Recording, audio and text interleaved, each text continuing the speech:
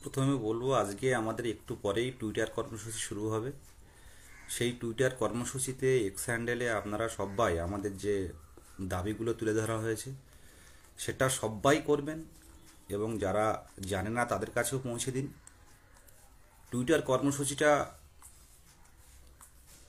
যেন ফলপ্রসূ হয় এই আশা আপনাদের কাছে রাখছি। আপনারা যেভাবে এই একটা বছর ধরে যেভাবে লড়ে যাচ্ছেন, এই পরিশ্রম বিফলে যাবে না। দ্বিতীয় যে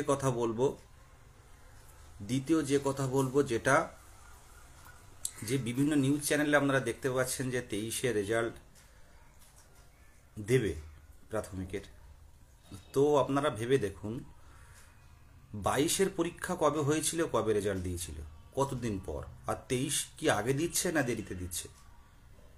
23 কিন্তু অনেক দেরিতে দিচ্ছে মানে এখনো প্রসেসিং করতে অন্তত 1 মাস টাইম সময় লাগবে। তো আপনারা ভেঙে পড়বেন না, পজিটিভ থাকুন।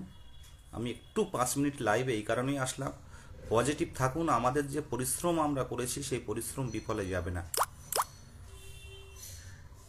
আমরা চেষ্টা করছি 23-এর রেজাল্টের আগে যাতে দ্রুত আমাদের নোটিফিকেশন আনা যায়।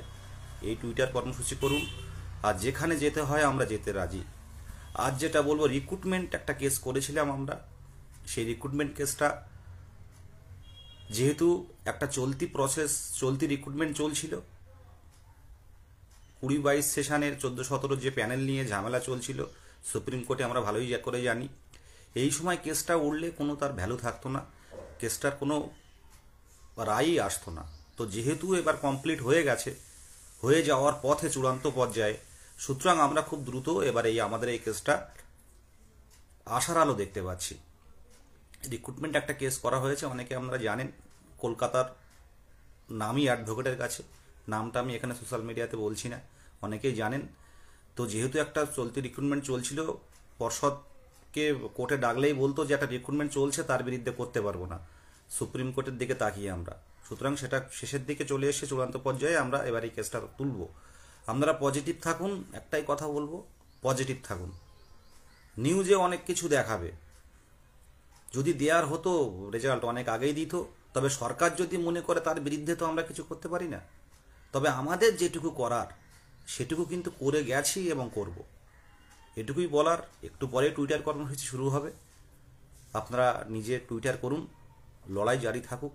আজকের যে জিনিসটা আধার অসহায় বোধ হচ্ছে আজকের দিনটা, এই 23-এ রেজাল্টের দেখে। আগামী দিনে নিশ্চয়ই ভালো কিছু আসবে, অপেক্ষায় থাকুন। আজকের দিনটা হয়তো খারাপ, আগামী দিনে ভালো হবে। আমি দুটো কথা বলতে আসলাম, আপনারা টেনশন করবেন না। আমরা আমাদের যে পদক্ষেপগুলো আমরা এগিয়ে যাব, অবশ্যই আশার আলো খুঁজে পাবো। এটুকু বলে আমি শেষ করছি। টুইটার কর্মসূচিটা শুরু করুন, একটু পরে টুইটার কর্মসূচি শুরু হবে। আপনারা সবাই রেডি থাকুন। যারা অ্যাপ এখনও নামাতে পারেননি, অ্যাপটা নামিয়ে নিন খুব দ্রুত। কিন্তু আমাদের এটা ভাইরাল করতে হবে, আমাদের জায়গা থেকে আমরা করে যাচ্ছি। আর এইটুকু বলায় ভালো থাকবেন, আমরা কর্মসূচিটা সফলতা করুন, সফলতা নিয়ে আসুন, এই আশা রাখছি।